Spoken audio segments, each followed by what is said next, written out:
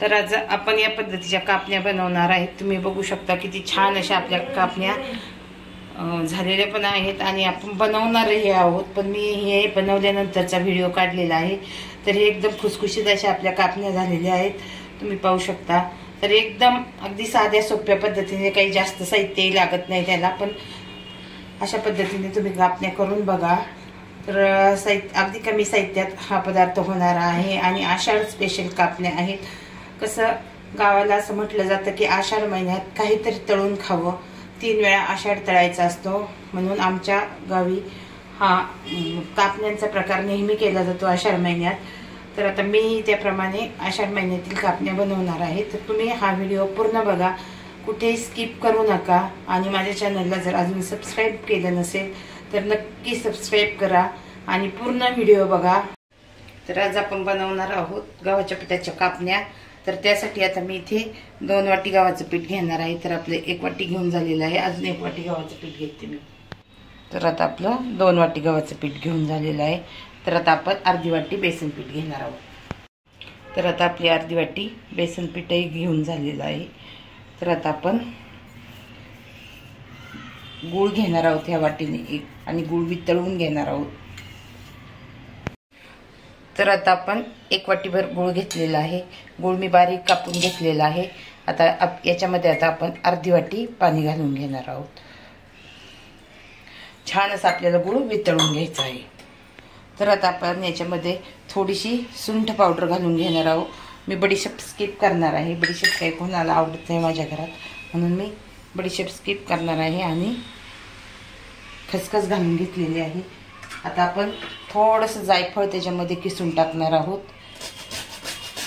कारण जायफळामुळे काय होतं, टेस्ट पण छान येते। तर आपण थोडं जायफळ त्याच्यामध्ये किसून घालणार आहोत। आता आपण ही जी याच्यामध्ये पळी आहे तेलाच्या किटलीमध्ये, तिने 2.5 ते पावणे 3 पळ्या तेल घेतलेलं आहे। आता तेल हे मी छान असं कडकडीत गरम करून घेते। तर आता तेल छान असं मी कडकडीत करून घेते आणि जे आपण कापण्याचं पीठ घेतलेलं आहे त्या पिठामध्ये मी घालून घेणार आहे। तर आपलं तेल छान असं कडकडीत गरम झालेलं आहे। तर आता आपण हे पिठामध्ये ओतून घेणार आहोत। तर आता आपण हे पिठामध्ये ओतून घेऊ। आपलं तेल पिठामध्ये ओतून झालेलं आहे। आता हे थोडंसं थंड झालं की आपण एकदम असं त्याचा गोळा बनवून घेणार आहोत आणि नंतर त्याच्यामध्ये आपण गुळाचं पाणी जे बनवणार आहोत ते घालून घेणार आहोत। तर आता जे मी गुळाचं पाणी बनवलेलं आहे ते गुळाचं पाणी आता आपण व्यवस्थित असं चमच्याने हलवून घेणार आहोत, नाहीतर काय होतं, गुळ एकाच ठिकाणी तसाच राहतो। व्यवस्थित असं मिक्स करून घेऊया। तर आता हे पीठ आपण व्यवस्थित असं मिक्स करून घेणार आहोत। आता त्याला मी हाताने मिक्स करून घेणार आहोत। एकदम छान असा त्याचा गोळा तयार झाला पाहिजे। तर छान असं मी हाताने आता गोळा करून घेते। मी गरम होतं त्याच्यामुळे मी याचा वापर केला। हे असं छान आपल्याला त्याचा मुटका बनवून घ्यायचा आहे। तर सगळ्या पिठाला आपलं जे काही तेलाचं मोहन आहे ते आपल्या सगळ्या पिठाला लागलं पाहिजे। आता तुम्ही पाहू शकता किती छान असं आपल्या पिठाचा असा गोळा तयार होत आहे। छान असं मोहन सगळ्या पिठाला आपलं लागलेलं आहे। तर आता आपला गुळही छान विरघळलेला आहे। तर आता आपण ते गाळून घेऊया गाळणीने। तर आपण हे छान असं गाळणीने गाळून घेऊया गुळाचं पाणी। तर आता तुम्ही पाहू शकता आपलं छान असं गुळाचं पाणी गाळून झालेलं आहे। तर आता आपण थोडं थोडं गुळाचं पाणी टाकून पीठ मळून घेऊया। आता आपण थोडं थोडं गुळाचं पाणी टाकून पीठ मळून घेऊया। गरम असताना टाकलं तरीही चालेल, थंड असताना टाकलं तरीही चालेल, जसं लागेल तसं आपण गुळाचं पाणी घेऊया। तर आपल्याला हे जरा थोडंसं गरम आहे, अगदीच थंड होऊ नाही दिलं मी, त्याच्यामुळे आता आपल्याला जसं लागेल तसं आपण हे पाणी घेऊया आणि आपण छान असं मळून घेऊया। जे गुळाचं पाणी आहे ते घालून घेऊया। छान असं हाताने त्याचा गोळा आपण करून घेणार आहोत। पिठाचा गोळा छान असा मळून झालेला आहे। तर आता आपण लगेच कापण्या करायला घेणार आहोत, आपण काही जास्त वेळ ठेवणार नाही। तर आता आपण त्याचे गोळे करून घेऊया। तर आता आपलं छान असं पीठ मळून झालेलं आहे। आता आपण त्याचे छान असे गोळे करून घेणार आहोत। छान असं आपल्याला लाटून घ्यायचं आहे। तर आपले छान असे 6 गोळे तयार झालेले आहेत। आता आपण कढईमध्ये तेल ठेवून घेणार आहोत। तर आता आपण एक पिठाचा गोळा ठेवलेला आहे पोळपाटावर, थोडीशी खसखस घेतलेली आहे आणि आपण याच्यामध्येही खसखस घालून घेतली होती। याला काही तेल लावायची वगैरे गरज नाही लागत, कारण आपण पीठच अगोदर हे घट्ट व्यवस्थित असं भिजवलेलं असतं।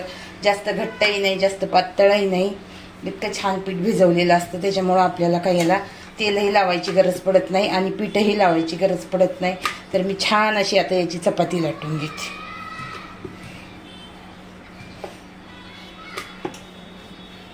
आपण खसखस टाकून घेऊया। दोन्ही साईडने आपल्याला खसखस टाकायची आहे। तर सगळीकडे अशी खसखस आपल्याला लावून घ्यायची आहे आणि याला परत लाटायचं आहे। म्हणजे खसखस काय होतं, व्यवस्थित अशी त्याला चिटकून बसते। तर व्यवस्थित असं आपण लाटून घेऊ। तर आता आपण हे पलटवून घेतलेलं आहे। आता आपण याच्यावर पण परत खसखस लावून घेणार आहोत आणि छान अशी पोळी आपण लाटून घेणार आहोत। तर आता आपण छान असं कट करून घेणार आहोत त्याला।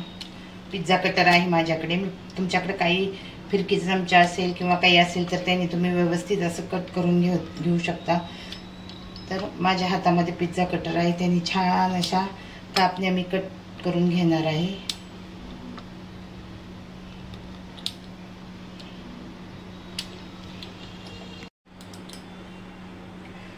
छान अशा आपण कापण्या कट करून घेणार आहोत।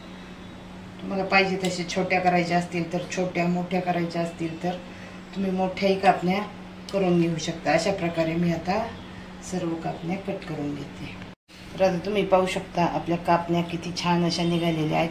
तर मी एका ताटामध्ये काढून घेते। तर आपलं कढईत तेलही गरम करायला ठेवलेलं होतं।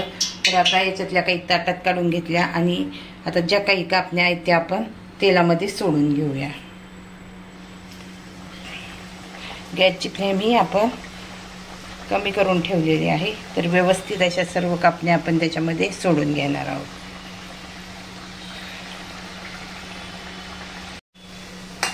छान अशा लालसर रंगावर आपल्याला कापण्या तळून घ्यायच्या आहेत। तर आता अशा पद्धतीने आपल्या कापण्या छान अशा तळून झालेल्या आहेत। तर आता मी या कापण्या काढून घेते। तर आता या कापण्या मी काढून घेते, सर्व कापण्या आता काढून घेते। तर आता अशा प्रकारे मी सर्व कापण्या करून घेते। तर अशा पद्धतीने आपल्या सर्व कापण्या तळून झालेल्या आहेत। तुम्ही पाहू शकता आपल्या कापण्या अशा किती छान झालेल्या आहेत। बघा किती छान अशा आपल्या कापण्या झालेल्या आहेत। तर तुम्ही अशा पद्धतीने कापण्या करून बघा, खाऊन बघा। तर खायलाही अगदी अप्रतिम अशा कापण्या झालेल्या आहेत आपल्या। तुम्ही पाहू शकता किती एकदम छान अशी आपली कापणी झालेली आहे। तर तुम्ही अशा प्रकारे कापण्या करून बघा।